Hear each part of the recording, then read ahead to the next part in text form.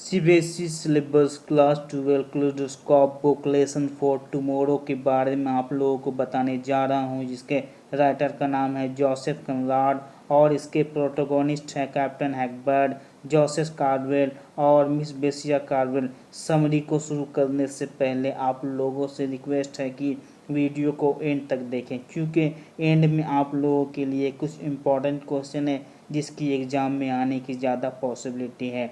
अब आपके सामने टुमारो की समरी को शुरू करता हूँ। हैकबर्ड नाम का एक व्यक्ति था जिसकी पत्नी की मौत हो गई थी। हैकबर्ड एक क्रू का कप्तान था और शुरुआत में यूके में कॉलचेस्टर में रहता था। हैकबर्ड जहाज़ के कप्तान के रूप में सेवा से रिटायर हुआ था। हैकबर्ड ने 14 साल की उम्र के अपने बेटे हैरी को यूनाइटेड किंगडम में घर से निकाल दिया था, किंतु पत्नी की मौत के बाद वह अकेला रह गया था, इसलिए उसने फिर हैरी की खोज शुरू की। लेकिन कैप्टन हैकबर्ड, जो अच्छी तरह से जानता था कि उसका बेटा कभी वापस नहीं आएगा, फिर भी वह अपनी अंधी खोज में लगा रहा। कैप्टन हैकबर्ड ने अपने बेटे की खोज में पूरे इंग्लैंड और जहां वह जहाज़ लेकर जा सकता था उन जगहों में निसफल खोज की। एक बार किसी ने मजाक में उसे पत्र लिखा कि उसका बेटा कॉलब्रुक बंदरगाह में देखा गया। कैप्टन इस सूचना को सच समझता है और कॉलचेस्टर में घर बेचकर कॉलब्रुक चला गया और एक ज़मीन खरीदकर उस पर 2 छोटे छोटे घर बनवाए। कैप्टन हैकबर्ड ने एक घर जोसेफ कार्वेल नाम के एक व्यक्ति को दे दिया, जो जहाज़ बनाने वाले एक शिपिंग कॉर्पोरेशन कंपनी से सेवा से रिटायर हुआ और वह पूरी तरह से अंधा और उसकी पत्नी की मौत हो गई। जोसेफ कार्वेल की एकमात्र बेटी मिस बेसिया कार्वेल उसका देखभाल करती। इस प्रकार कैप्टन हैकबर्ड के 2 घरों में 3 व्यक्ति रहते। वहाँ और कोई नहीं था जिसके साथ कैप्टन हैकबर्ड कुछ पल बैठ सकता था और दयनीय स्थिति में जीवन बिताने के लिए साहस जुटा सकता था। शुरुआत में कैप्टन ने कार्वेल की बेटी पर ध्यान नहीं दिया, किंतु धीरे धीरे वह उसकी उपस्थिति लगने लगी। वार्तालाप के दरमियान वह अपने बेटे हैरी के गुणों और उसके विभिन्न देशों में जहाज चलाने के कौशल की प्रशंसा करता।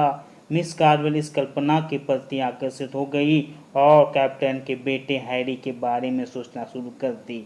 मिस कार्वेल के पिता बहुत ही कठोर और गुस्से वाले थे। जोसेफ कार्वेल अपनी बेटी की मदद के बिना खाना नहीं खा सकता था। जोसेफ कार्वेल अपने बेटी को अक्सर डांटता और कैप्टन हैकबर्ड के साथ बात करने पर ईर्ष्या करता।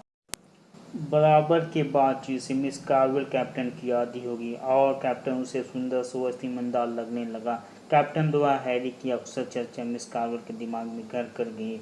मिस कार्वेल को भ्रम लगने लगा, मानो हैरी वहाँ उससे बातें कर रहा हो और बता रहा हो कि कैसे और क्यों उसके पिता ने उसे घर से निकाल दिया। मिस कार्वेल अपनी भावनाओं के साथ हैरी को जोड़ती। इस प्रकार उसके मन को लंबे समय तक राहत मिलती। एक दिन हैरी वापस घर आता है, लेकिन कैप्टन हैकबर्ड उस समय हैरी को नहीं पहचानता। दूसरी तरफ मिस बेसिया कार्वेल हैरी को देखती है और उसका स्वागत करती है और खाना खिलाती है, साथ ही बहुत सारी बातें करती है। किंतु हैरी बताता है कि वह घर छोड़कर इसलिए भागा था कि मेरे पिताजी मुझे सेलर नहीं बनने देना चाहते थे, वे मुझे वकील का क्लर्क बनाना चाहते थे। हैरी बहुत सारी बातें मिस बेसिया कार्वेल के साथ करता जो मिस बेसिया को पसंद नहीं आती।